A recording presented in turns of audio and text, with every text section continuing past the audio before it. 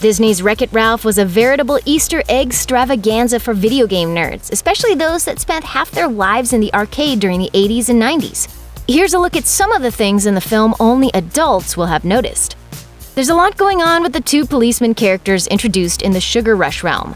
The pair serve the tyrannical King Candy, meaning they're pretty fast and loose with their use of tasers and batons, which reads a bit like a statement in itself, especially when factoring in the Surge Protector's random screening stops with Ralph.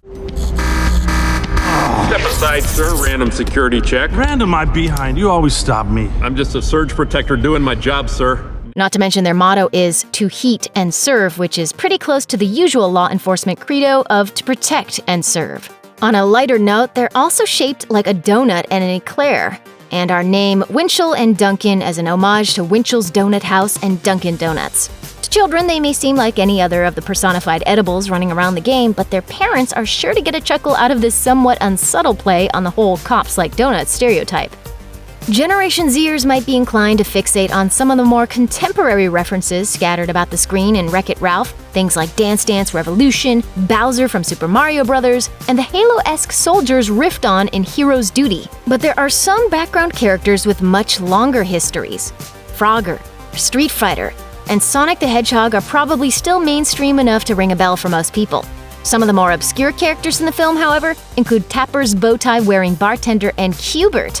And while fully grown filmgoers might find their fingers glued to the pause button as they scour the screens for these hidden gems, the younger crowd probably doesn't care about a bunch of 8-bit oldies.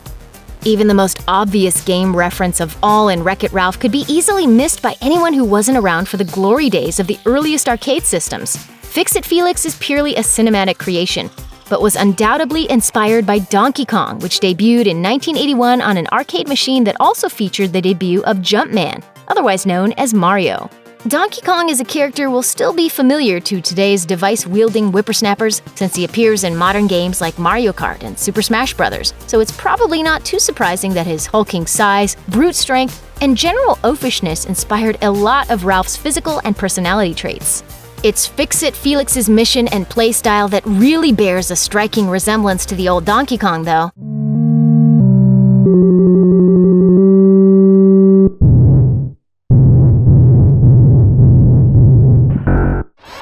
Anywho, what else? I'm a wrecker. I wreck things. Professionally. I'm gonna wreck it! In both games, the do-gooder is charged with climbing a large structure while the villain tosses debris down at them. They might not be exactly the same, but, well, they practically are. It's not until the tail end of Wreck-It Ralph that audiences find out the film features another Disney princess to add to the collection. But even after she's suited up in a ball gown, Vanellope von Schweetz handles this fact very differently than her forebears.